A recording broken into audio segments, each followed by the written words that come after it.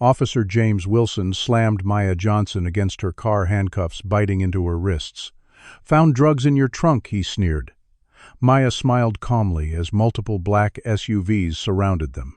"Actually," she said, revealing her FBI badge, "you just walked into Operation Sunlight." Wilson's face drained of color. Before we dive into this shocking story of justice, corruption, and courage, let me know where you're watching from in the comments. Hit that like button and subscribe right now if you've ever witnessed or experienced injustice and want to see how one brave woman turned the tables on a corrupt system. Now let's see how this explosive confrontation really began. Maplewood appeared to be the quintessential American small town, with its tree-lined streets, quaint downtown, and friendly community atmosphere. But beneath this picturesque veneer lurked something far more sinister. For decades, racial tensions had simmered just below the surface, with the town's black residents experiencing a very different Maplewood than their white neighbors. At the center of this divide stood the Maplewood Police Department, an institution that had long protected its own, while targeting those they deemed outsiders. Maya Johnson, a brilliant 32-year-old FBI agent with a law degree from Howard University, never imagined she'd find herself in this sleepy town. But when Operation Sunlight was greenlit, she volunteered immediately. The operation, designed to investigate allegations of corruption and civil rights violations within the Maplewood PD, needed someone with Maya's unique combination of legal expertise and undercover skills. But for Maya, this assignment was personal in ways her supervisors didn't fully understand. 7 years ago, her cousin Marcus had been arrested in Maplewood on fabricated drug charges, his promising future derailed by a criminal record he never deserved. The officer who arrested him was Richard Hayes, now 39, a decorated veteran of the force with a reputation for cleaning up the streets. What most people didn't know was that Hayes had been systematically targeting black motorists for years, using traffic stops as his hunting ground. He would plant evidence, fabricate violations, and use excessive force with impunity, secure in the knowledge that his badge protected him from consequences. What made Hayes particularly dangerous wasn't just his bigotry, it was his ambition. For the past 3 years, he had been using his position to facilitate a sophisticated weapons smuggling operation, moving illegal firearms through Maplewood by using police resources to transport and protect shipments. Maya's first week in town was spent establishing her cover identity as a remote marketing consultant who had moved to Maplewood for its affordable housing and small-town charm. She rented a modest house in a mixed neighborhood, carefully crafting an identity that would make her visible enough to be noticed, but not suspicious enough to raise alarms. She set up her home office, joined the local gym, and began establishing her presence in the community. It didn't take long for Hayes to notice the new black resident in town. Maya had studied his patrol patterns and deliberately drove past his usual monitoring spots, making herself a visible but not obvious target. She knew from FBI intelligence that Hayes typically followed a certain profile when selecting his victims, black professionals, who appeared successful enough to have something to lose but not connected enough to fight back effectively. As Maya drove through town in her meticulously maintained sedan, she could feel Hayes' eyes following her, assessing her as his next potential target. While establishing her cover, Maya maintained discreet contact with her FBI handler, Special Agent Dominic Carter, who coordinated the surveillance team monitoring her activities from a distance. The operation had been months in the planning, with agents gathering evidence of departmental misconduct, but what they needed was irrefutable proof of civil rights violations in action, the kind that would stand up in federal court. Maya experienced the subtle racism of Maplewood almost immediately. Store clerks followed her through aisles, restaurant hosts seated her near kitchens rather than windows, and neighbors maintained a cool politeness that never warmed into genuine welcome. These were the everyday indignities that many black residents of Maplewood had endured for generations, but they were just the visible tip of a much larger problem. One evening, Maya observed Hayes at the local diner, aggressively questioning a black college student about his presence in town. The young man produced his student ID from the community college, his hands visibly shaking as Hayes loomed over him. Just making sure everything's in order, Hayes said loudly enough for the entire diner to hear his tone, making it clear that he believed the student didn't belong there. Maya sipped her coffee, slowly memorizing every detail while appearing absorbed in her laptop. Later that night, Hayes met with 3 other officers behind the abandoned mill at the edge of town. The new shipments coming through on Friday, he told them, his voice low despite the isolated location. Johnson's getting nervous about the heat from the state police investigation in Riverdale. We need to keep things extra clean for the next few weeks. Officer Trent nodded, glancing around nervously. What about the new black woman on Maple Street? She's been driving around a lot, almost like she's mapping the town. Hayes smiled coldly. I noticed her too. Don't worry, I'll handle her myself. Might be time for another example of what happens to outsiders who don't understand how things work in Maplewood. The next morning, Maya prepared for what she knew would be a pivotal day in the investigation. She reviewed her cover story one last time, checked that all her recording devices were functioning properly, and sent a coded message to Agent Carter, confirming that she was initiating contact. Then she got into her car and headed toward the route where she knew Hayes would be patrolling, driving just slightly over the speed limit, creating the perfect pretext for what was to come. Maya's heart beat steadily as she guided her silver Accord precisely 4 miles over the speed limit down Oakwood Drive, the main road where Officer Richard Hayes typically set up his speed traps. She wasn't nervous, she was focused. Every detail had been meticulously planned, from the professional but understated outfit she wore to the strategic positioning of recording devices throughout her vehicle and on her person. Her rearview mirror revealed exactly what she expected: a Maplewood police cruiser pulling out from behind the billboard advertising Maplewood, a place to call home, its lights still off, as it began following her at a measured distance. Maya continued driving, normally maintaining her speed, as Hayes followed her for the next 3 miles, waiting for her to make even the slightest additional violation. In an unmarked van parked outside the local hardware store, FBI agent Dominic Carter monitored the situation through encrypted communications. Subject is in pursuit, he confirmed to the 4 other agents positioned strategically throughout the area. All units maintain distance, but be ready to move on my command.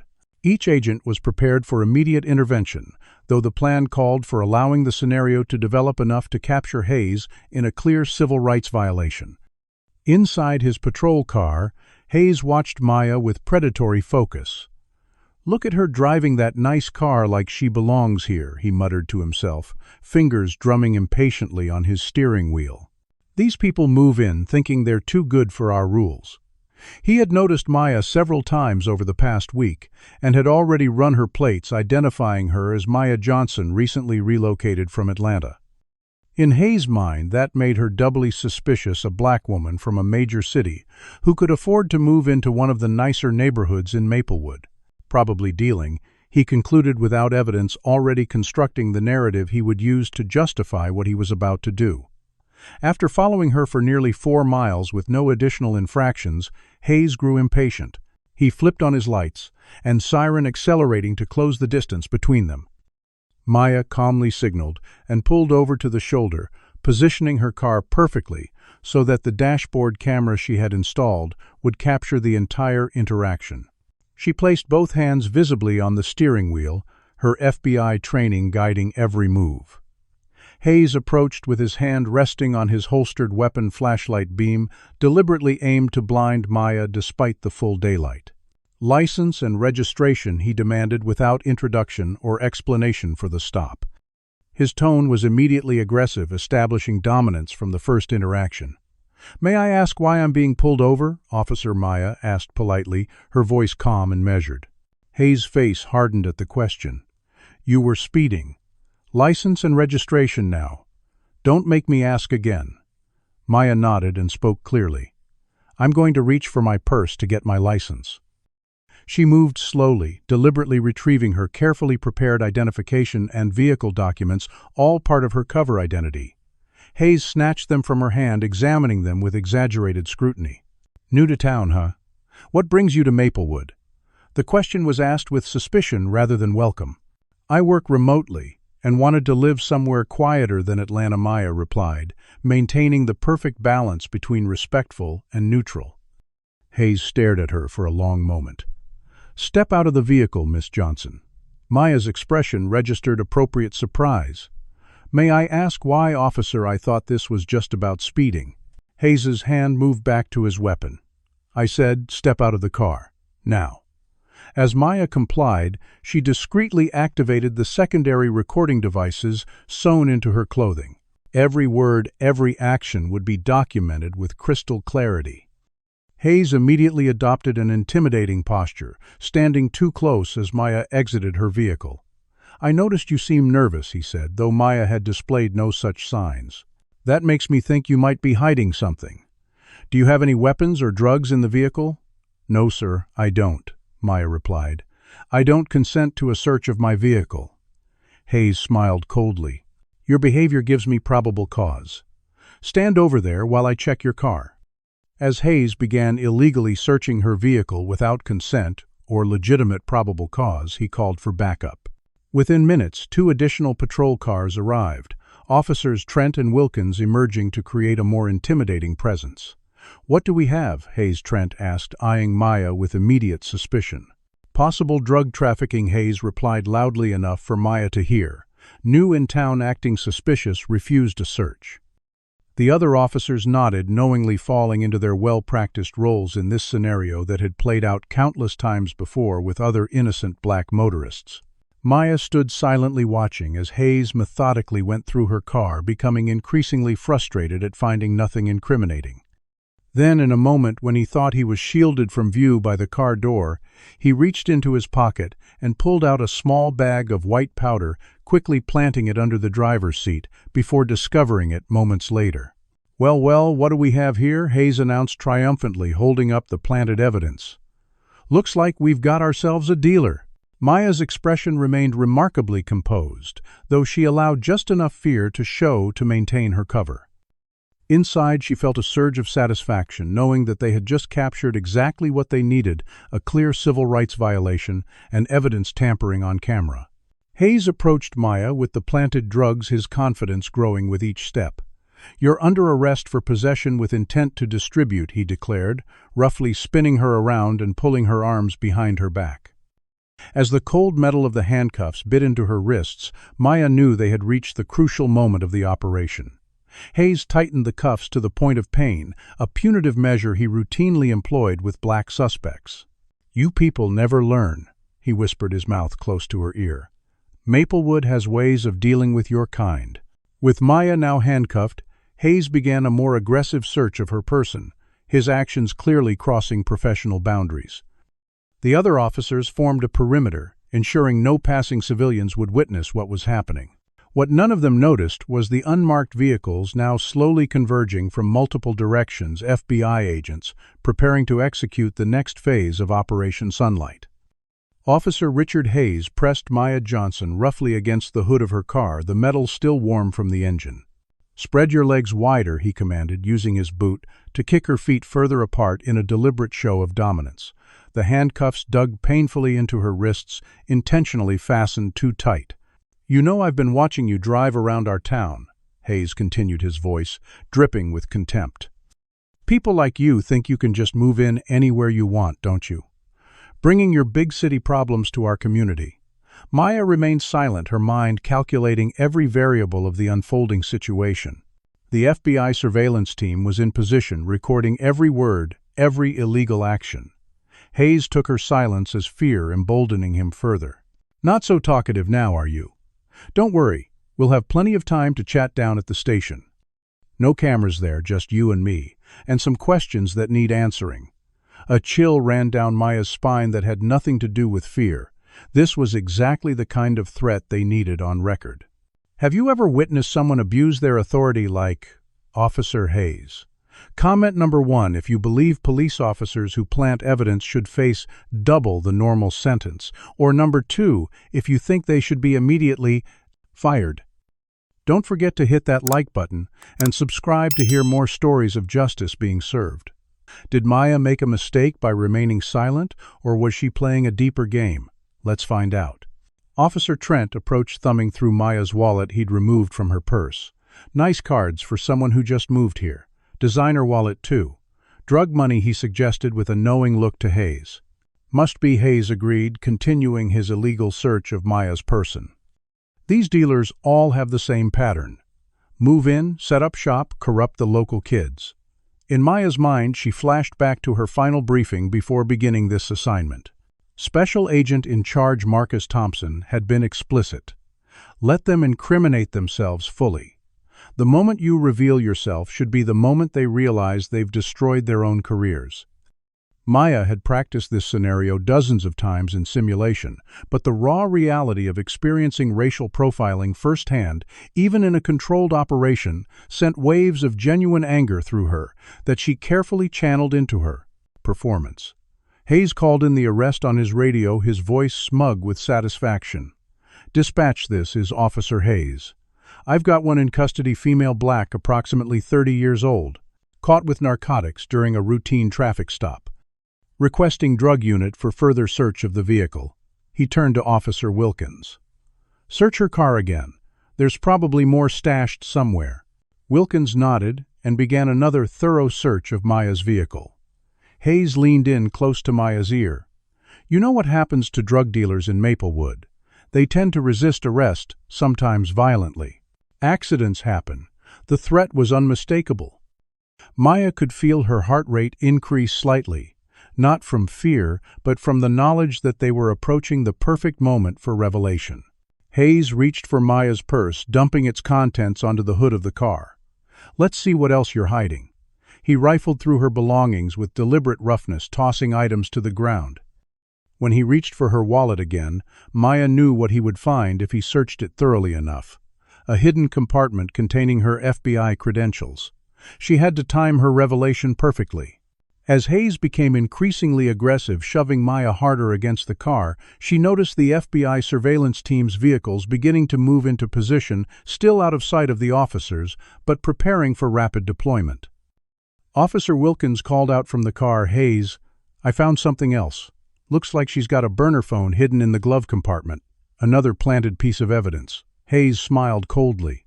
"Drug dealers always have multiple phones. Call in the K9 unit. I bet we'll find more when the dogs get here." Maya made her decision.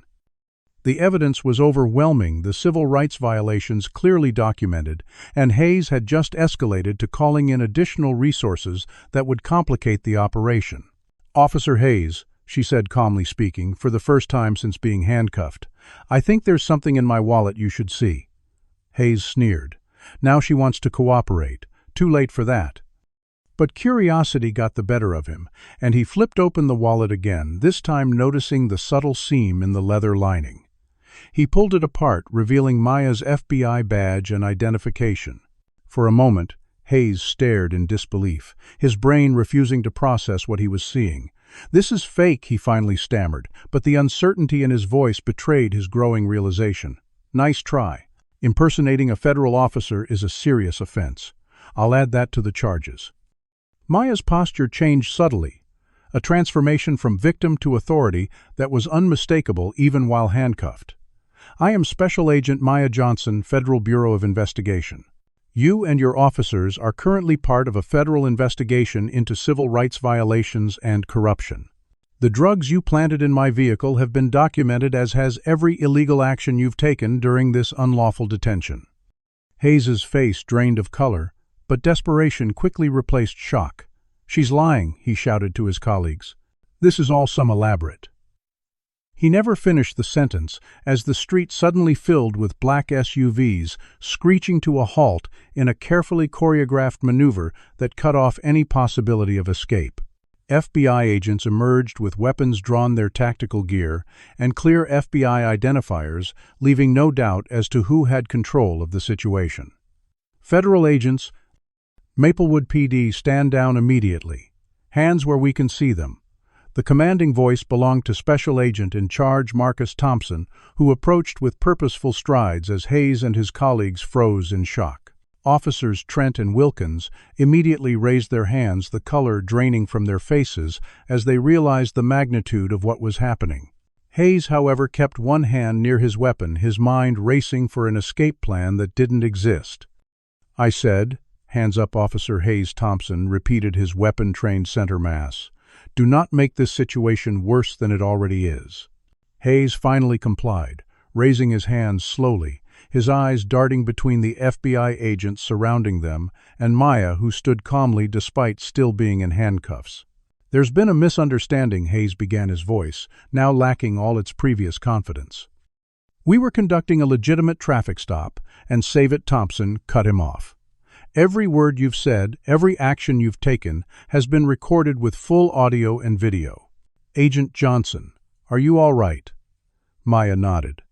"I'm fine, sir, though I'd appreciate having these handcuffs removed." As an FBI agent carefully unlocked the handcuffs, the full reality of the situation finally seemed to dawn on Hayes. He wasn't just facing accusations of planting evidence or racial profiling. He was standing at the center of a meticulously planned federal operation that had just caught him committing multiple felonies on camera.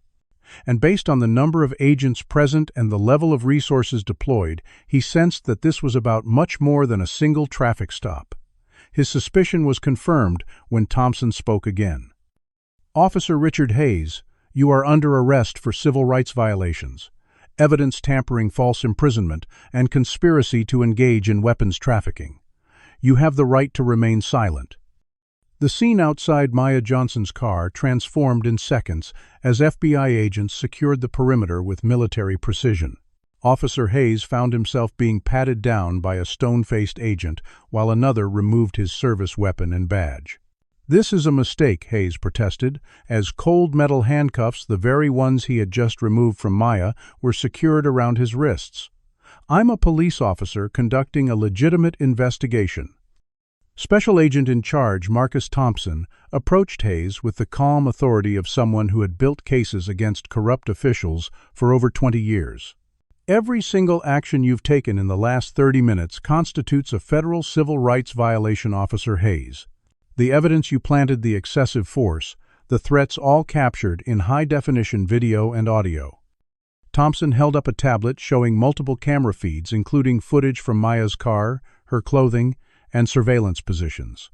Hayes' jaw tightened as he watched himself planting evidence on the crystal-clear display. Officers Trent and Wilkins were similarly being detained, both men pale with shock as they realized the depth of the trap they had walked into. "I had nothing to do with whatever Hayes was doing," Trent blurted out already, trying to distance himself. "I was just responding to a backup call." Maya, now freed from the handcuffs, approached Hayes with her FBI credentials displayed. Her entire demeanor had transformed. Gone was the cautious, intimidated woman, replaced by a federal agent in complete command of the situation. "We will ensure your civil rights are respected throughout this process." "Officer Hayes," she said, the irony of her words not lost on anyone present, "unlike the countless citizens you've targeted based on their race." Hayes glared at her with undisguised hatred, but beneath the anger was something new in his expression: fear. The Maplewood Police Chief Ronald Davidson arrived at the scene, his unmarked car skidding to a halt at the perimeter established by FBI agents. "What the hell is going on here?" he demanded, flashing his badge to the agent blocking his path. Thompson intercepted him. "Chief Davidson, I'm Special Agent in Charge Marcus Thompson, FBI. We're executing multiple federal warrants against members of your department for civil rights violations and involvement in interstate weapons trafficking." The chief's face registered genuine shock. "Weapons trafficking? That's impossible. There must be some mistake." Maya approached, extending her hand professionally. "Chief Davidson, I'm Special Agent Maya Johnson. I've been undercover in Maplewood for the past 3 weeks as part of Operation Sunlight. We have extensive documentation of Officer Hayes and others engaging in a pattern of civil rights violations, targeting black residents, as well as evidence linking members of your department to a weapons smuggling operation using police resources." Davidson looked from Maya to Hayes, who was now being placed in the back of an FBI vehicle. "Hayes is one of my most decorated officers. He's made more arrests than anyone in the department." Maya nodded. "Yes, and we've reviewed every one of those arrests for the past 5 years." Over 80% were of black individuals, despite Maplewood's population being only 12% black. The pattern is unmistakable, and now we have direct evidence of his methods. Thompson added, "Chief, we're also serving warrants to search the station and specific officers' homes. I suggest you cooperate fully. This investigation goes beyond Hayes." As they spoke, FBI evidence response teams were already processing Maya's vehicle, documenting the planted drugs and preserving the chain of evidence.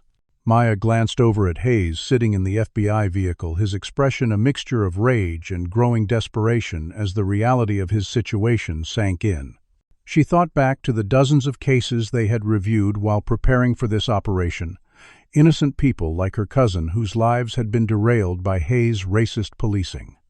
3 months earlier, the FBI had received a tip from a Maplewood resident about suspicious activity involving police vehicles at an abandoned warehouse. Initial investigation revealed potential links to an interstate weapons smuggling operation, but as they dug deeper, they uncovered a disturbing pattern of civil rights abuses, particularly against black residents. Maya had volunteered immediately when they needed an undercover operative. Hayes watched through the vehicle window as his carefully constructed world collapsed around him. He had always operated with the confidence of someone who believed they were untouchable, protected by his badge and the silent complicity of the system. Now that system was being torn apart with him at the center of the exposure. In a desperate attempt to salvage something, he called out to Thompson, "I want to make a deal. I know things about the department, about the weapons. I'm not the one in charge." Thompson approached the vehicle, his expression neutral. "We're not having that conversation right now, Hayes. You'll have an opportunity to cooperate during formal questioning with your attorney present." Hayes' face contorted with anger. "You don't understand. There are people involved who will make me disappear if they think I might talk. You need to protect me." The fear in his voice was genuine, suggesting the weapons operation involved dangerous players beyond the department. As Hayes was driven away, FBI teams arrived at the Maplewood police station with warrants. They secured the building, ensuring no evidence could be destroyed, while other agents simultaneously executed search warrants at the homes of Hayes and several other officers suspected of involvement. At Maya's temporary apartment, a command center had been established for Operation Sunlight. There she debriefed Thompson and the rest of the team on what she had learned during her weeks undercover. Hayes kept detailed records of his targets, she explained, pointing to a map of Maplewood with certain neighborhoods highlighted. He focused primarily on these areas where most of the black residents live, and particularly targeted any newcomers to the community. She pulled up digital records they had obtained through previous warrants. "We've documented 47 cases in the past year alone, where Hayes conducted stops without reasonable suspicion, all involving black drivers. In 12 of those cases, we have strong evidence suggesting he planted drugs or weapons." Another agent added, "The weapons operation appears more sophisticated than we initially thought. They've been using police vehicles to transport illegal firearms across state lines, exploiting the fact that police cars rarely get searched at checkpoints." As the team reviewed the evidence, word of the FBI raid spread through Maplewood. Community members began gathering near the police station, many of them black residents who had experienced harassment from Hayes and others over the years.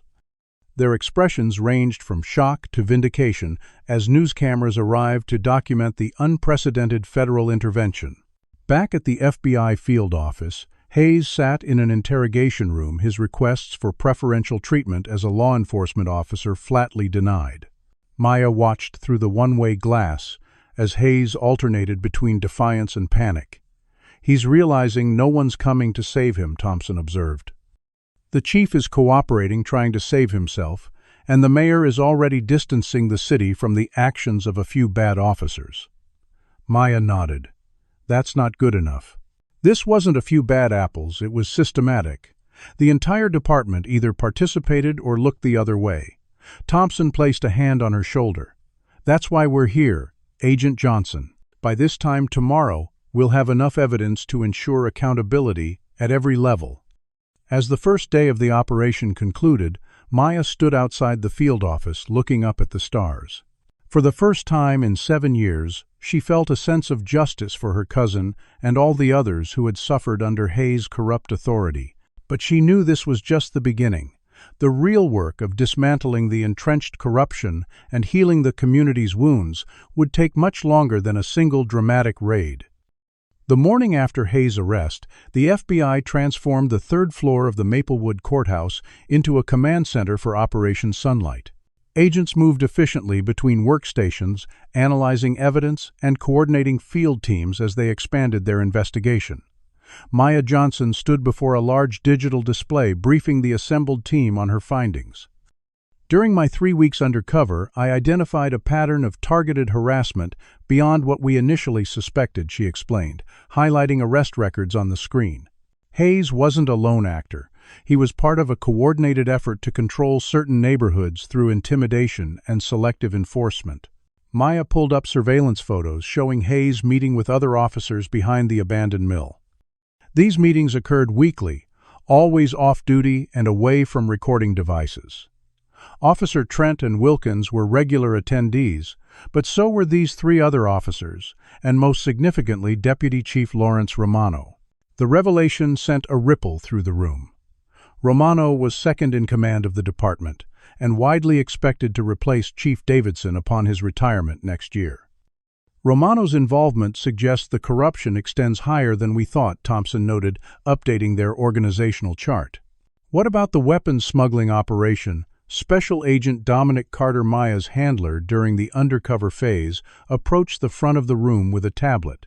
We've identified 3 instances in the past month where police vehicles were used to transport weapons across state lines, he explained, displaying logistics records and surveillance photos.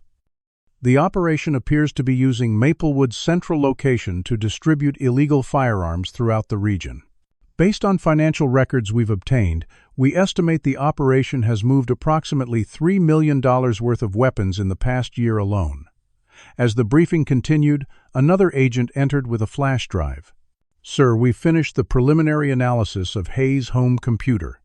You're going to want to see this." The drive contained a folder labeled Problem Residents, a meticulously maintained database of Black Maplewood citizens who had been targeted for harassment with notes on their routines, alleged infractions, and in some cases planted evidence used against them. Most disturbing were the annotations indicating which officers had participated in each operation and how the arrests were processed to ensure convictions. Maya's cousin Marcus appeared on page 12, his entry including the note, "Resistant to authority, planted evidence sufficient for felony charge." Judge Harriman ensured bail set prohibitively high. This implicates the judicial system as well. Maya noted, her voice tight with controlled anger. Judge Harriman appears multiple times in these notes, always in cases involving excessive bail or denied motions to suppress evidence. Thompson nodded grimly. "Expand the investigation to include the DA's office and the local judiciary." This just became much bigger than a corrupt cop or even a corrupt department. While the command center buzzed with activity, Maya and Thompson headed to the detention center where Hayes was being held. After his initial processing, Hayes had requested protective custody, claiming his life would be in danger if other inmates learned he was a police officer. "He's scared," Thompson observed as they watched Hayes through the observation window. "Good. Fear makes people talkative." Maya nodded, reviewing Hayes' file one last time before entering the interview room. Hayes looked up as they entered, his expression hardening when he saw Maya. "Come to gloat?" he asked, the bravado in his voice, undermined by the dark circles under his eyes and his rumpled appearance. "We're here to discuss your options, mister."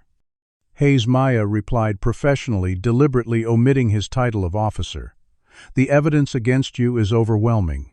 Multiple federal civil rights violations, evidence tampering, false imprisonment, conspiracy to traffic weapons. You're looking at 25 to 30 years minimum." Hayes scoffed, but his eyes betrayed his anxiety. "You've got nothing on the weapons charges. That was a traffic stop, nothing more." Thompson slid a folder across the table. "We executed search warrants at the abandoned warehouse on Route 16 last night. We found 217 unregistered firearms, including 73, with serial numbers that match weapons stolen from military shipments. Your fingerprints are on the shipping manifests. For the first time, Hayes looked genuinely shocked. That's impossible. Those records were endeavor. He stopped himself, realizing he was confessing. Those records were what Hayes Maya pressed. Destroyed, hidden. Because we found them exactly where Officer Trent told us they would be. This was a bluff. Trent hadn't talked yet, but Hayes didn't know that. "Trent's talking," Hayes asked, his voice barely above a whisper. "He rolled over faster than anyone I've seen in 15 years with the Bureau." Thompson lied smoothly. "He's already named names, including whoever's running the operation." Hayes fell silent, calculating his options with increasing desperation. "I want immunity," he finally said. "Full immunity and witness protection, or I don't say a word." Maya leaned forward. "That's not going to happen. The civil rights violations alone make immunity impossible. But cooperation could mean the difference between spending your 60s in prison or as a free man." As Hayes weighed his options across town, FBI agents were interviewing other victims of the Maplewood PD's targeted harassment. One by one, Black residents came forward with stories that matched the pattern documented in Hayes's files: pretextual stops, planted evidence, excessive force, and coerced confessions. While some had been convicted and served time, others had paid expensive bail and court costs, even when charges were eventually dropped. The stories painted a picture of systematic oppression designed to maintain control and extract financial resources from the Black community. Meanwhile, resistance to the FBI investigation was growing. The police union issued a statement defending the department and characterizing the federal intervention as overreach based on isolated incidents. Local business owners who had benefited from the status quo began pressuring city officials to limit the FBI's access to records. Mayor Charles Wilson called an emergency meeting with Thompson, attempting to contain the political fallout. "This investigation is tearing our community apart," the mayor insisted, his forced smile failing to mask his anxiety. "Surely we can resolve this without dismantling our entire police department." Thompson remained unmoved. "Mayor Wilson, this isn't about politics or community relations. We've uncovered systematic civil rights violations and a weapons trafficking operation operating under the protection of your police department. The community has been torn apart for years. We're just exposing the damage." As the mayor continued his attempts at damage control, Maya led a team searching Chief Davidson's office. What they found suggested the chief might have been more complicit than he claimed. Hidden in a locked cabinet was a ledger documenting payments to several officers, including Hayes, coded as special operation bonuses, but corresponding exactly to dates when weapons shipments moved through Maplewood. Most damning was a phone recovered from the chief's personal safe containing encrypted messages between Davidson and someone identified only as supplier, discussing shipment schedules and payment arrangements. Back at the detention center, Hayes finally began to crack. "I'm not going down alone for this," he declared, his self-preservation instinct overriding his loyalty. "Davidson knows everything. He's been taking a cut from every shipment for years. But even he answers to someone else." "Who?" Thompson demanded. Hayes shook his head. "I don't know the name." Davidson only referred to him as the supplier. "But whoever it is has connections high up, political protection, ties to distributors in 6 states. This isn't some small-town operation that grew too big. It was planned from the beginning." As Hayes began revealing details of the weapons operation, Maya received an urgent call from the command center. "Agent Johnson, we've got a problem. Chief Davidson is gone. He never returned home after being released from questioning, and his credit cards show he purchased a ticket to Cancun 2 hours ago." Maya's eyes narrowed. "He's running. Put out a bolo and contact Mexican authorities, and find out who else might be fleeing. If Davidson is running, others will too." By evening, the FBI had executed additional search warrants, including at an estate belonging to William Blackwell, a prominent local businessman and major donor to the mayor's campaigns. In a hidden room beneath Blackwell's garage, they discovered not only more weapons, but documentation linking the Maplewood operation to similar setups in 3 other small towns across the state, all following the same playbook of using police departments as cover for weapons distribution. "This is bigger than we thought," Maya told Thompson as they reviewed the evidence. "They've been replicating the model using police corruption and racial targeting as cover for weapons trafficking. The civil rights violations weren't just collateral damage, they were part of the strategy, creating a distraction and ensuring community silence through fear." Thompson nodded grimly. "We need to expand the operation statewide.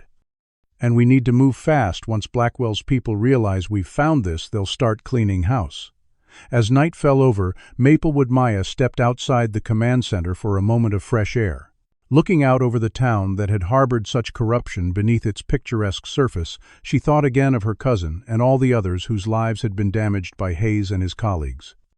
"We're just getting started," she whispered to herself, her determination hardening as she returned to the investigation that was growing larger and more complex by the hour.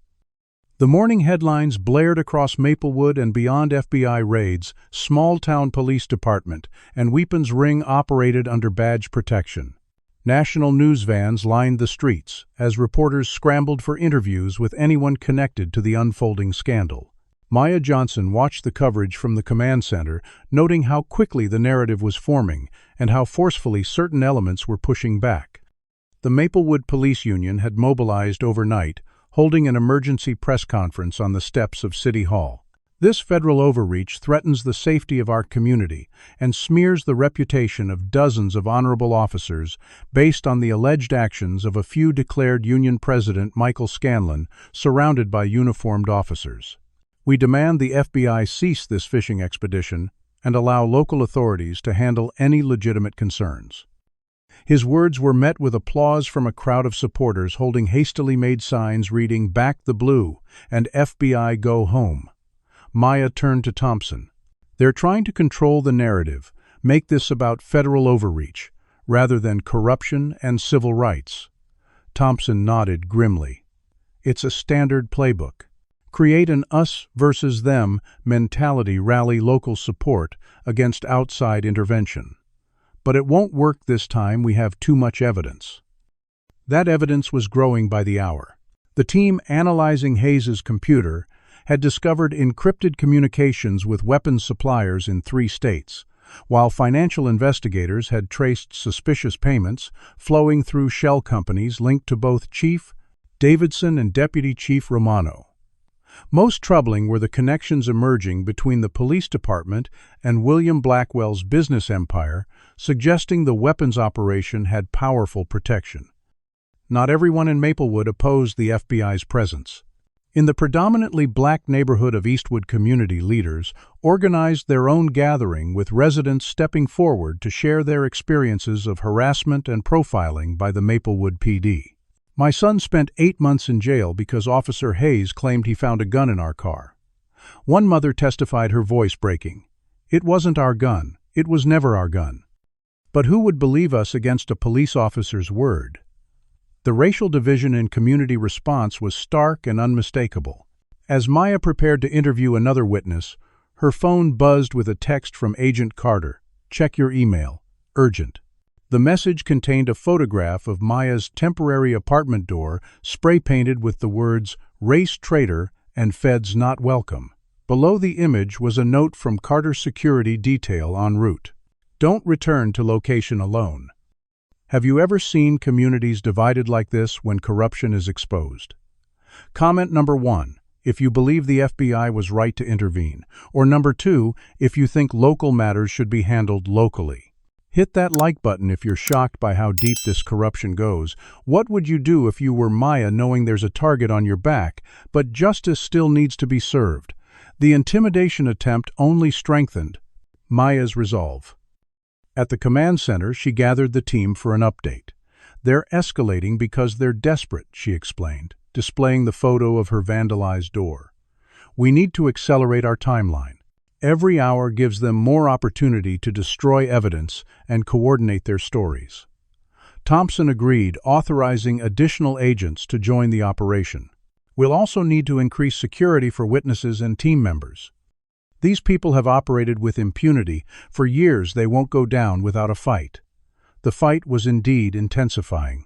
At the police station, FBI agents monitoring communications intercepted discussions among officers still loyal to Hayes and Davidson about how to obstruct the investigation. Most concerning was an exchange suggesting that evidence related to the weapons trafficking might be stored at a secondary location unknown to the FBI. Meanwhile, Chief Davidson remained at large, having successfully fled to Mexico before the lookout notice was distributed. His disappearance had triggered panic among the conspiracy's members, with some considering similar escapes, while others doubled down on resistance. That afternoon, Maya confronted Officer Lisa Mercer, one of the few officers who hadn't been directly implicated but who had worked closely with Hayes for years. "You must have known what was happening," Maya pressed as they sat in an interview room at the federal building. "Hayes conducted these illegal stops right in front of you. He planted evidence while you watched." Mercer's face flushed with anger. "You don't understand what it's like. In a department that small, there's no such thing as looking the other way. You either play along or you become the next target." "So you were afraid of Hayes?" Maya asked, watching Mercer's reactions carefully. "Not Hayes," Mercer replied, lowering her voice despite the privacy of the room. "Hayes was just an enforcer. It's the people above him, Davidson, Romano, and whoever they answer to. They have connections everywhere. Judges, prosecutors, business leaders. Cross them, and suddenly your kid can't get into college. Your mortgage application is denied. Your spouse loses their job for budget cuts." This description matched what they were uncovering about the extensive influence network protecting the weapons operation. The corruption had metastasized beyond the police department, infiltrating multiple institutions that should have provided checks and balances. By evening, tensions in Maplewood had reached a breaking point. A confrontation erupted outside the police station between supporters of the department and members of the black community demanding accountability. Local officers, their numbers diminished by arrests and suspensions, struggled to maintain order until state police arrived to establish a buffer between the groups. As darkness fell, Maya made a calculated decision. Despite the threat, she needed to speak directly with Hayes again.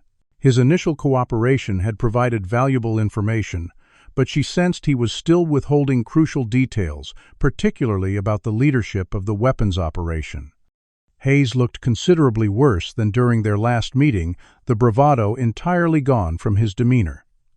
"They're going to kill me," he stated flatly, as Maya entered the interview room. "Once word gets out that I've talked to you, I'm dead. Then you need to give us enough to dismantle the entire operation," Maya replied, taking a seat across from him. "Half measures won't protect you now." Hayes leaned forward, his voice barely above a whisper. "You don't understand what you're up against. This isn't just about guns or money. It's about power controlling who gets to live freely in towns like Maplewood and who doesn't. The weapons are just the profitable side of the operation. The real purpose has always been control." For the next 2 hours, Hayes detailed how the operation had evolved over the past decade, beginning as simple police corruption and racial profiling before expanding into weapons trafficking when Davidson became chief. The systematic targeting of black residents served multiple purposes. It generated revenue through fines and forfeitures, maintained racial boundaries within the community, and provided cover for the weapons operation by focusing attention on drug crimes instead. Most critically, Hayes finally revealed the identity of the supplier state senator James Harrison, whose political influence had protected the operation from previous investigations, and whose family owned multiple properties used for storing and moving weapons. "Harrison visits Maplewood every month," Hayes explained. "Meets with Davidson at Blackwell's hunting lodge outside town. No phones allowed, no records kept. But he's the one who expanded the operation to other departments across the state. He calls it community preservation, keeping small towns from changing demographically while making millions from weapons sales." As Maya left the detention center with this explosive information, her phone rang, Agent Carter again. "Johnson, we have a situation. Someone just tried to access your cousin Marcus's home in Atlanta. Local FBI office has him in protective custody, but whoever it was left a message spray-painted on his door, silence or consequences." Maya felt cold anger wash over her. They were targeting her family, now escalating beyond intimidation to outright threats. "Increase security for all known family members of our team," she instructed. "And get me everything we have on Senator Harrison. If he's behind this, I want him taken down tonight." Back at the command center, Maya and Thompson strategized their next moves. With Hayes' testimony and the growing evidence trail, they now had enough to move against Harrison, but doing so would require careful coordination with the FBI's Public Corruption Unit and the Department of Justice. As they worked through the night preparing warrants and building the case against the senator, Maya stepped outside briefly for fresh air. In the darkness, she noticed a car driving slowly past the federal building, the driver watching intently before speeding away when he noticed her attention. The message was clear: they were being watched too. Maya touched the holster under her jacket, a grim determination settling over her. The corruption in Maplewood had festered for decades, destroying countless lives like her cousins, Prossen's. Whatever threats came her way, she would see this through to the end. Tomorrow would bring the most dangerous phase of Operation Sunlight, yet moving against a sitting state senator and the powerful network he had built. As she returned inside, Maya knew that the real battle was just beginning. Dawn broke over Maplewood with an eerie quiet, the calm before an inevitable storm. FBI security teams had maintained vigilance through the night after the threats against Maya and her family. At the command center, Maya reviewed the protection measures for her cousin Marcus, now securely housed at an FBI safe location in Atlanta. "Any new developments overnight?" she asked Thompson as he entered with 2 cups of coffee, handing one to her. Harrison's office issued a statement condemning federal overreach in local policing matters and calling for an investigation into the FBI's tactics, Thompson replied. "Classic deflection. Meanwhile, our surveillance picked up 3 of his aides visiting Blackwell's estate at 2 in the morning. Something's got them spooked." Maya nodded, taking a sip of coffee. "Hayes is asking to speak with us again. Says he has information about a planned evidence destruction." 20 minutes later, they faced Hayes in the secure interview room. His transformation was remarkable. The arrogant officer who had terrorized Maplewood's black residents for years now sat hunched and fearful, constantly glancing toward the door as if expecting assassins. "They were going to have me killed," he stated, without preamble. "I overheard the guards talking. Someone paid $500,000 to have an accident, arranged during my transfer to the federal detention center." "Who paid?" Thompson demanded. Hayes shook his head. "They didn't say, but it has to be Harrison or Blackwell. No one else has that kind of money or motive." He leaned forward urgently. "I'll tell you everything, every operation, every corrupt officer, every judge on the payroll. But you need to protect me. These people don't just silence witnesses, they erase them." For the next 4 hours, Hayes provided a comprehensive confession detailing a corruption network far more extensive than they had initially suspected. He revealed how he personally targeted black residents on Davidson's orders, using racial profiling as both a control mechanism and a distraction from the weapons operation. He identified 14 other officers directly involved in civil rights violations, 5 judges who routinely violated due process in cases involving black defendants, and 3 prosecutors who knowingly pursued cases based on fabricated evidence. Most damning were his revelations about the weapons smuggling. Harrison uses his position on the State Security Committee to get intelligence on ATF operations, Hayes explained. "That's how we always stayed one step ahead of federal investigations. The weapons come from military base thefts, crooked dealers in Virginia and Pennsylvania, and some directly from manufacturers through forged documentation. Davidson runs the distribution Blackwell provides, the facilities, and launders the money, and Harrison supplies the political protection." While Hayes continued his confession, FBI teams executed new search warrants based on his information. At a storage facility, registered to one of Blackwell's shell companies, agents discovered documentation of weapons sales to criminal organizations across 5 states. Meanwhile, financial investigators traced wire transfers linking Harrison's campaign fund to offshore accounts that had received payments from known arms dealers. Maya returned to the command center to find a team from the Justice Department's Civil Rights Division had arrived to review the evidence of systematic discrimination and rights violations. "The pattern is unmistakable," noted Division Chief Andrea Reynolds as she examined the data. Black residents were 3 times more likely to be stopped, 5 times more likely to be searched, and 8 times more likely to have evidence planted during those searches. Hayes' database gives us direct evidence of intentional targeting based on race. As they continued analyzing the evidence, Maya received an urgent call from the team surveilling Blackwell's estate. "Agent Johnson, we've got movement. Multiple vehicles leaving the property at high speed, including one matching the description of Senator Harrison's SUV. They're headed north on Route 16. Maya immediately mobilized interception teams, coordinating with state police to establish roadblocks. "Harrison's running," she told Thompson. "If he reaches the private airfield near the state line, he could be out of the country within hours." As the pursuit unfolded, Maya received another critical update. Agent Johnson Digital Forensics just cracked Davidson's encrypted emails. "There's a message from yesterday sent hours before we executed the search warrants. It mentions a cleansing protocol to be initiated if the operation was ever compromised." Maya's blood ran cold. "They're destroying evidence. Get teams to every location Hayes identified now." Across Maplewood and surrounding counties, FBI agents raced to secure locations potentially containing evidence. At 3 sites they arrived to find documents already burning or shredded.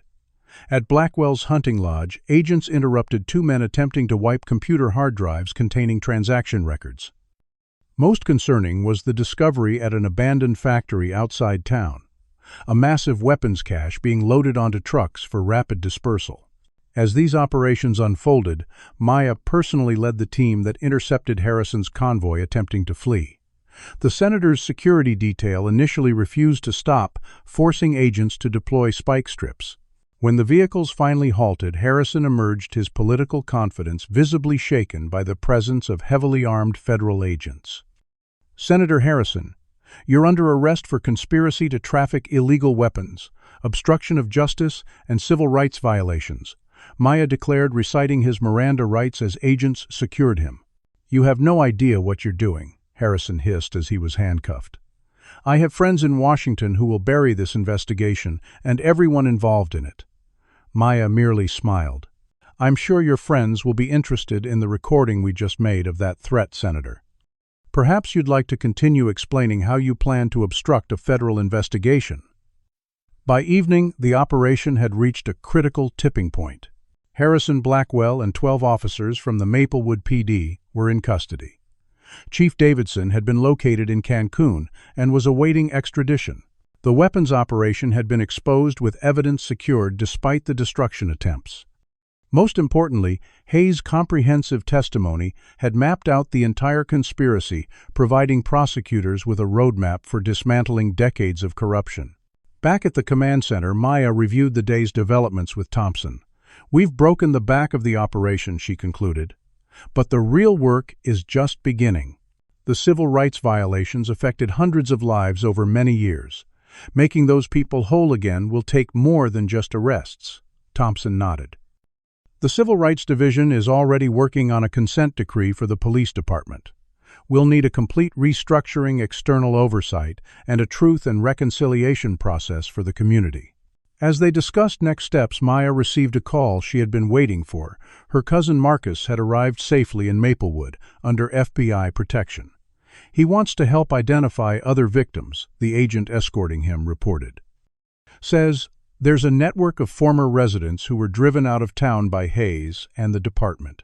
Maya felt a wave of emotion, pride in her cousin's resilient satisfaction in the justice being served, and determination to complete the transformation of Maplewood into a community where equal protection under law was more than just a hollow phrase. Later that night, she visited Hayes one final time. He looked up as she entered a shadow of his former self. "Is it over?" he asked quietly. "The operation is dismantled," Maya confirmed. "Harrison and Blackwell are in custody. Davidson will be extradited within days. But the damage you and your colleagues caused will take years to repair." Hayes was silent for a long moment. "I joined the force thinking I was protecting the community," he finally said. "Somewhere along the way I started seeing some people as the community and others as threats to it. By the time Harrison and Davidson brought me into the weapons operation, I was already too far gone to see it for what it was." Maya studied him, searching for genuine remorse rather than self-pity. "Your testimony will help ensure this doesn't happen in other communities. That doesn't erase what you did, but it's a start toward making amends." As she left the detention center, Maya looked up at the stars over Maplewood. For the first time since arriving undercover 3 weeks ago, she felt the town had a chance at a new beginning, one built on justice rather than corruption, inclusion rather than division, and truth rather than convenient lies. 1 month after the dramatic arrests that shook Maplewood to its core, the small town found itself at the center of national attention once again. The Justice Department had called a press conference on the steps of the federal courthouse to announce the indictments resulting from Operation Sunlight. Maya Johnson stood slightly behind Special Agent in charge Marcus Thompson as he addressed the assembled press corps and community members. Today, a federal grand jury has returned indictments against former Police Chief Ronald Davidson, State Senator James Harrison, businessman William Blackwell, and 17 current and former members of the Maplewood Police Department. Thompson announced, his voice carrying across the hushed crowd. The charges include civil rights violations, weapons trafficking, racketeering, conspiracy evidence tampering, and obstruction of justice. This represents one of the most significant police corruption cases in recent history. As Thompson detailed the specifics of the charges, Maya scanned the crowd, noting the division that still characterized Maplewood's response to the investigation. On one side stood community members who had suffered under the corrupt department's regime, predominantly black residents whose lives had been damaged by false arrests, excessive force, and fabricated evidence. Their faces showed a complex mixture of vindication and lingering pain. On the other side, supporters of the indicted officers maintained that the federal investigation was an overreach, their expressions hostile as they held signs proclaiming, "Support our police," and "Remember who keeps you safe." The town's government was in disarray. Mayor Wilson had resigned the previous week after evidence emerged, suggesting he had been aware of at least some aspects of the corruption. 3 city council members had also stepped down, and a special election was being organized to rebuild the local leadership. In the interim, the state had appointed an emergency manager to oversee essential services, including the police department, which was now operating under direct federal supervision with officers brought in from neighboring communities. Following the press conference, Maya met with Janelle Washington, the newly appointed leader of the Maplewood Community Accountability Project, a coalition of residents working to ensure that the reforms would be meaningful and lasting. "The indictments are just the beginning," Janelle emphasized as they walked through the town square. "We need structural changes that prevent this from happening again, and we need healing for all the families who were torn apart by these officers." Maya nodded in agreement.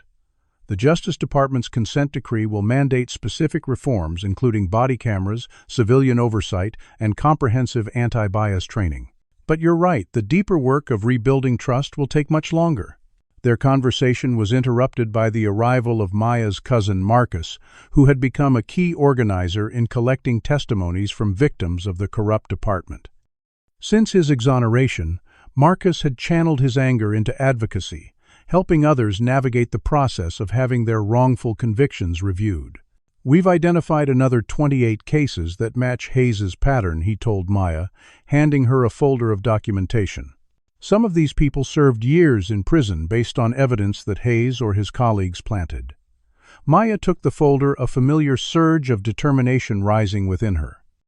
"I'll make sure the Civil Rights Division reviews each one immediately. No one should spend another day incarcerated based on fabricated evidence." Later that afternoon, Maya attended a public hearing where victims of the Maplewood PD's abuses shared their stories publicly for the first time. The testimonies were powerful and heartbreaking.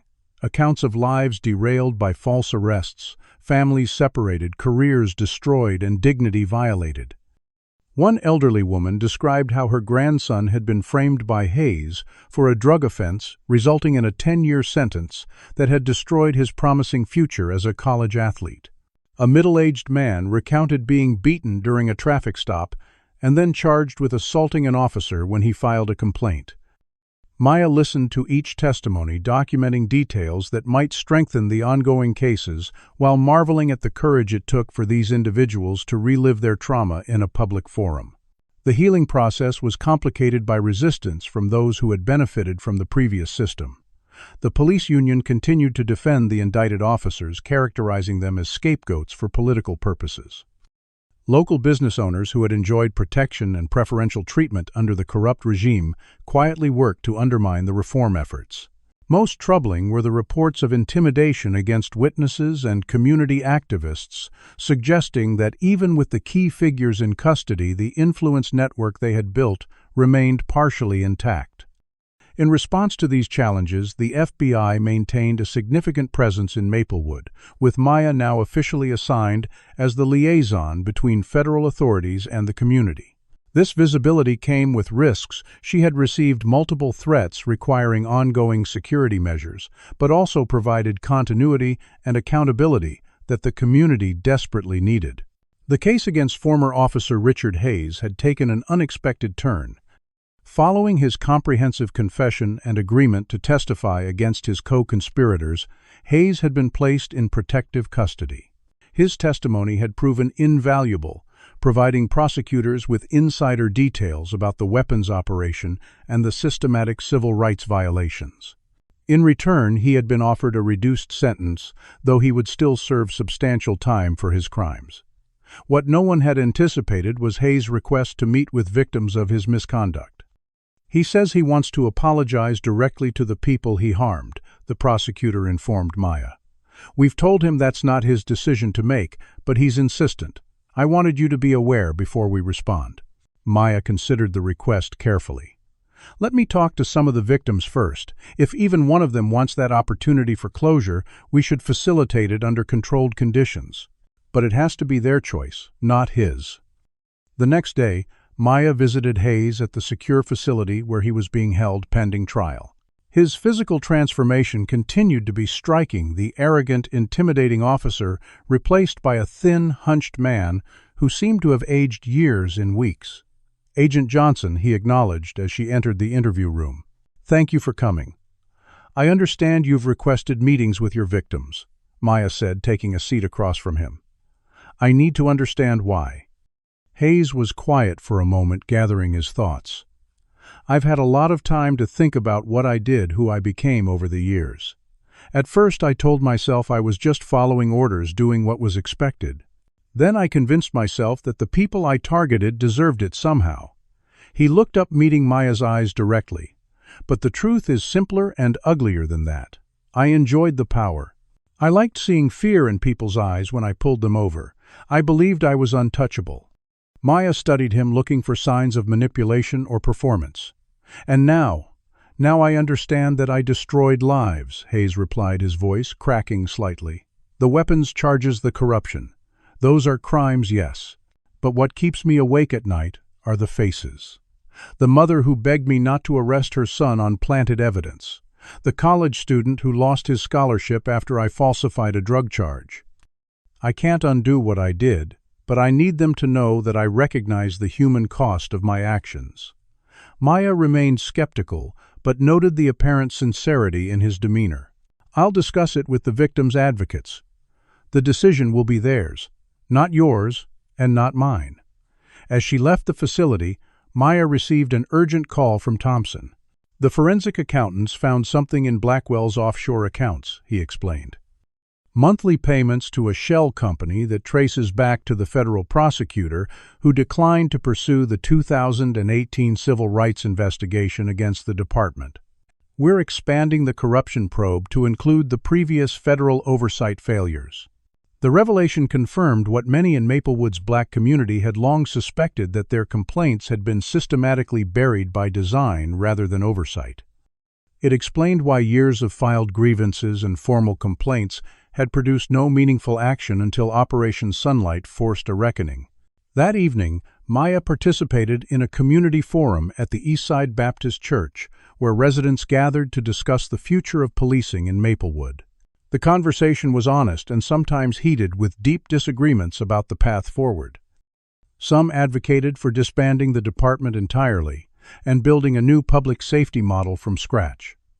Others argued for reform within the existing structure with greater accountability and community input. Maya listened more than she spoke, recognizing that her role was to support Maplewood's journey toward justice rather than dictate its course. As the meeting concluded, an elderly man approached Maya. "My grandson was one of Hayes' victims," he said quietly. "Spent 3 years in prison for something he didn't do. But I want you to know what you and your people have done here matters. For the first time in my 78 years, I believe this town might actually change." Maya thanked him deeply, moved by his words and the weight of responsibility they carried. Outside the church, she looked up at the stars again, reflecting on how far they had come and how much work remained. The indictments were just the beginning of a long process of accountability, healing, and transformation. But for the first time since Operation Sunlight began, Maya allowed herself to feel genuine hope that Maplewood might become an example of how justice, however delayed, could still create the possibility of a new beginning. 6 months after the FBI's dramatic intervention in Maplewood, Maya Johnson drove slowly down Main Street, noting the subtle but significant changes in the town. The police station, once a source of fear for many residents, now displayed a prominent banner reading "Community First, Serving with Integrity and Accountability." New officers recruited with an emphasis on diversity and community connection patrolled on foot rather than in intimidating cruisers. Most striking was the Community Oversight Board office directly across from the station, a physical reminder that policing in Maplewood would never again operate without civilian supervision. Maya parked outside the newly established Justice and Reconciliation Center, housed in a renovated historic building that had once been the town's segregated library. Inside, she found a hive of activity as staff worked with residents on everything from expungement clinics to trauma counseling. The center served as the heart of Maplewood's healing process, providing resources for those whose lives had been damaged by the corrupt system while documenting the town's painful history and hopeful future. Agent Johnson called out Elijah Washington, the center's director and a respected community elder. "Perfect timing. Marcus is just finishing up with a group session." Maya smiled warmly at Elijah before making her way to the back conference room where her cousin was concluding a support group for those who had experienced false arrests and wrongful convictions.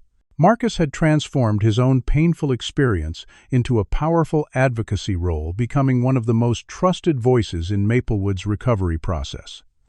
As the session ended and participants filed out, several nodded respectfully to Maya, no longer viewing FBI presence with suspicion, but as a partner in their journey toward justice. "Busy morning?" Maya asked as Marcus gathered his materials. "Full house today," he confirmed.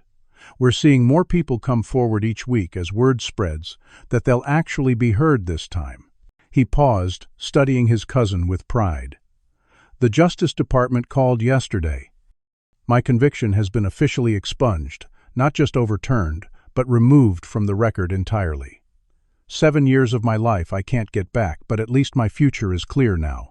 Maya embraced him tightly. "I'm so proud of the work you're doing here, Marcus. You could have left this town behind after everything they put you through, but instead you're helping rebuild it." Marcus shrugged, but his eyes revealed his emotional investment in the process. "Someone had to make sure the changes stick this time. Too many communities see a big federal investigation, a few high-profile arrests, and then everything slides back to the old ways once the spotlight moves on." His observation echoed Maya's own concerns about sustainable reform. While the immediate corruption had been addressed through prosecutions and institutional overhauls, the deeper work of cultural and systemic change required ongoing commitment from both authorities and the community. Outside the center, they encountered Officer Layla Rivera, one of the new police recruits who had been specifically selected for the reform department. Unlike the aggressive, militarized presence that had characterized Maplewood PD under Davidson and Hayes, Rivera moved through the community with respectful awareness, greeting residents by name and listening more than she spoke. Agent Johnson, Mr. Taylor. She acknowledged them both with equal respect, a small but meaningful departure from the previous culture where black residents were routinely addressed with less courtesy than their white neighbors. I'm heading to the Community Academy session this afternoon. We've got 20 residents signed up to learn about the new oversight processes. The Maplewood Community Police Academy had been established as part of the consent decree, creating transparency around policies, training, and operations that had previously been shielded from public view. Residents who completed the program could serve on review boards and advisory committees, ensuring community voice in departmental decisions.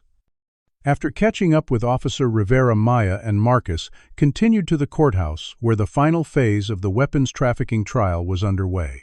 Former Senator James Harrison and businessman William Blackwell had been convicted on multiple federal charges, with sentencing scheduled for the following week.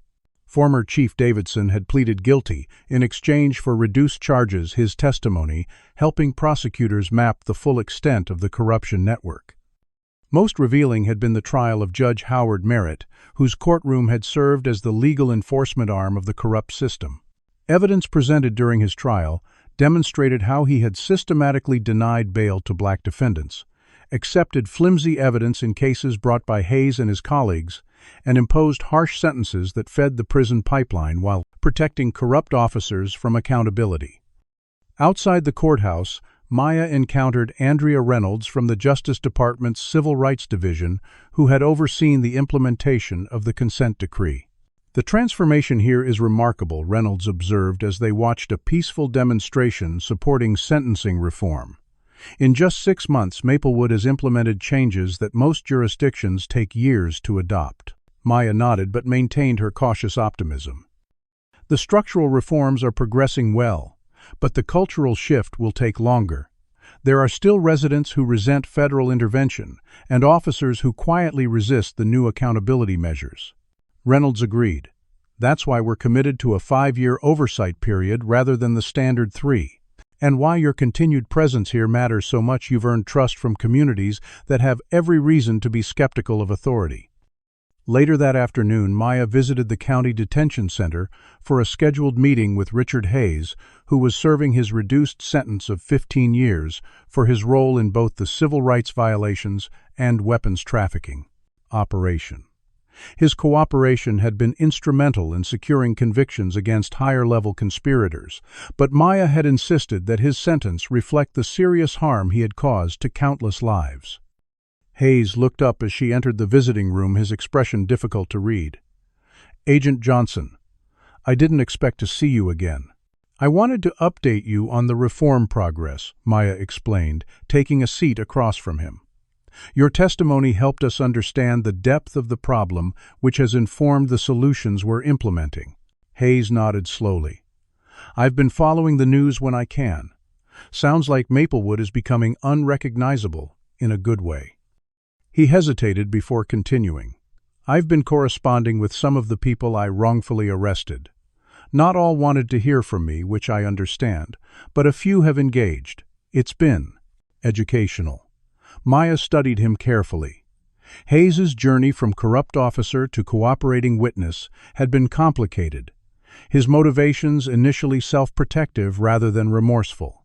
Yet over time she had observed what appeared to be genuine recognition of the harm he had caused.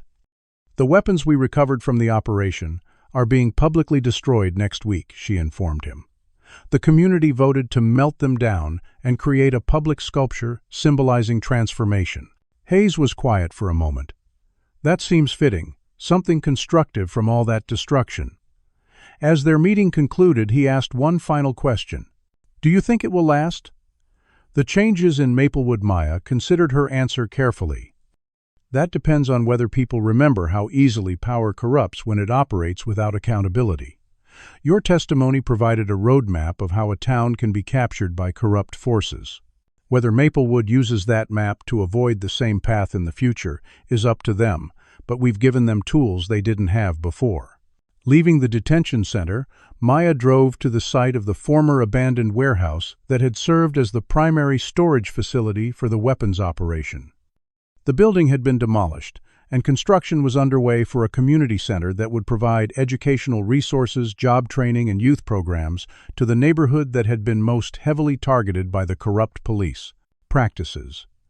The center had been funded partially by assets seized from Blackwell and Harrison, a poetic justice that transformed instruments of oppression into resources for empowerment. As sunset painted the sky in brilliant oranges and purples, Maya met Thompson at a small park overlooking the town. The director called today, he informed her.